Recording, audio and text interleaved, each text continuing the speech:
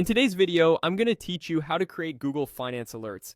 If you want timely updates about companies, markets, or specific financial topics, setting up alerts is a simple way to stay informed without constantly checking the news.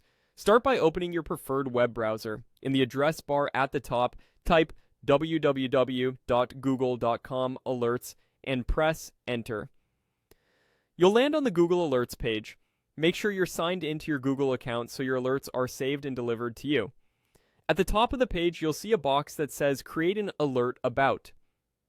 Click in that box and type the topic you want to track.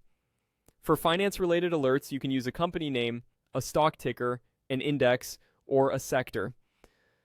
For cleaner results, consider adding quotation marks around exact names, like Alphabet Inc., or using a ticker symbol such as Google. You can also narrow things down with simple operators, for example, Tesla earnings or banking regulation minus crypto, to keep the results focused on what you actually care about. Just below the search box, click Show Options to tailor the alert. First, open the How Often menu, choose As It Happens if you want immediate updates. At most, once a day for a daily digest, or at most once a week if you prefer a weekly summary. Think about your inbox and pick the cadence that matches how closely you're tracking the topic.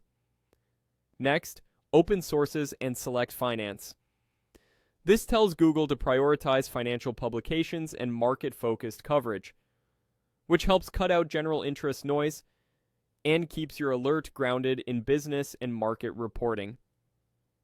You can also adjust language.